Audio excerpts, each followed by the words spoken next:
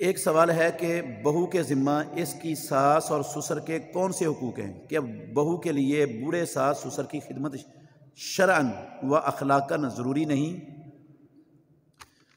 بھئی شرعاً تو ضروری نہیں ہے، شرعاً تو ضروری نہیں ہے، بہو پر ساس اور سسر کی خدمت شرعاً ضروری نہیں ہے۔ ساس اور سسر کی خدمت اس کے بچے پر ضروری ہے شرعاً۔ کس پر ضروری ہے؟ اس کے بچے پر۔ بیٹا اپنے ماں باپ کی خدمت کرے، فرض اس پر ہے، بہو پر فرض نہیں ہے۔ وہ نہیں کرتی تو شرعاً وہ اللہ کے ہاں مجرم نہیں ہے، وہ گناہ گار نہیں ہے۔ بیٹا نہیں کرتا اپنے ماں باپ کی خدمت، شرعاً یہ مجرم ہے، یہ گناہ گار ہے۔ اگر بہو اپنے ساس اور سسر کی خدمت کرتی ہے اخلاقاً تو بہت اچھا عمل ہے، بہت اچھا عمل ہے، اس کو اجر ملے گا، ثواب ملے گا۔ خوش قسمت، خوش بخت اور خوش نصیب عورت ہے جو ماں باپ اپنے خاوند کے ماں باپ کی خدمت کرتی ہے، ثواب کا کام ہے، اجر کا کام ہے، کرنی چاہیے اس کو، اچھی بات ہے۔ لیکن نہیں کرتی تو ڈنڈے سے اسے کروانے کا اسلام میں کوئی جواز نہیں ہے۔ ہمارا معاشرہ چونکہ ہندوؤں کے ساتھ رہا ہے، ہمارے بڑے ہندوؤں کے ساتھ رہے ہیں، یہ ہندو کلچر ہے۔ ہمارے ہاں تصور کیا ہے؟ بھئی بہو گھر لانی ہے، وہ اس کو بیٹی بنا کے نہیں لایا جاتا، اس کو کام والی بنا کے لایا جاتا ہے۔ کیا بنا کے لایا جاتا ہے؟ کام والی۔ اس نے آ کر اپنے دیوروں کا، اپنی نندوں کا، اپنے سارے خاندان کا گھر کی صفائی بھی کرنی ہے، برتن بھی دھونے ہیں، اور سارے کام جو ہے نا ساس سسر کی خدمت بھی کرنی ہے۔ وہ کام والی نہیں ہوتی، اس کو کام والی بنا کے نہیں لایا جاتا۔ یہ کام اللہ نے اور اللہ کے رسول نے اس کی ذمہ داری نہیں بنائی ہے۔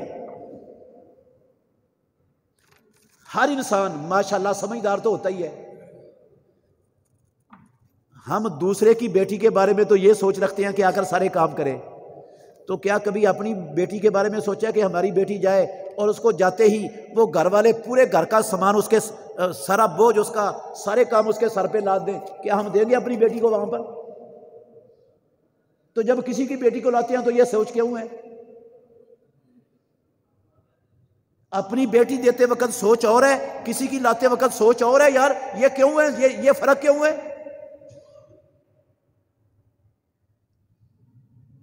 ذمہ داری اپنی اور ڈالنی دوسرے پر، یہ کون سی دیانتداری اور کون سا انصاف ہے؟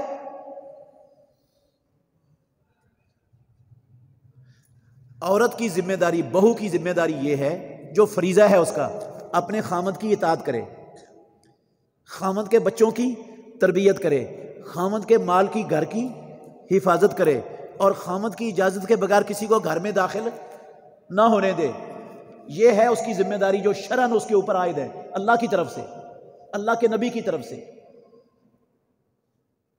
باقی جو خاوند کے گھر کے سارے کام ہیں، وہ اگر خدمت کروانی ہے خاوند کے ماں باپ نے، خود کرے، خود نہیں کر سکتا نوکر رکھے ان کے لیے، وہ اس کی ڈیوٹی نہیں ہے شرعی طور پر۔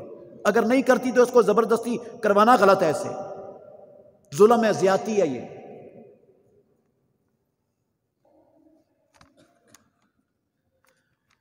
ویسے میں نے کہا ہے کہ اگر بہو اپنے گھر میں آ کر ساس سسر کی خدمت کرتی ہے تو اچھی عورت ہے، خوش نصیب ہے، خوش قسمت ہے، اچھا کام ہے، ثواب ملے گا اس کو۔ میں یہ نہیں کہتا کہ وہ کرے ہی نہ، جا کر انکار ہی کر دے، کرے اچھا ہے، لیکن اگر نہیں کرتی تو زبردستی نہیں کروائی جا سکتی اس سے۔ یار ہماری عورتیں یہ زیادہ بہتر ہیں یا محمد الرسول اللہ کی لخت جگر سیدہ فاطمہ رضی اللہ عنہا؟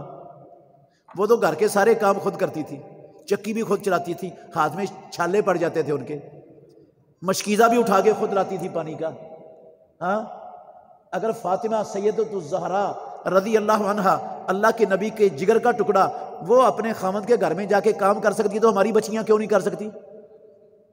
کرنا چاہیے، لیکن فرض نہیں ہے اس پر، لازم نہیں ہے اس پر۔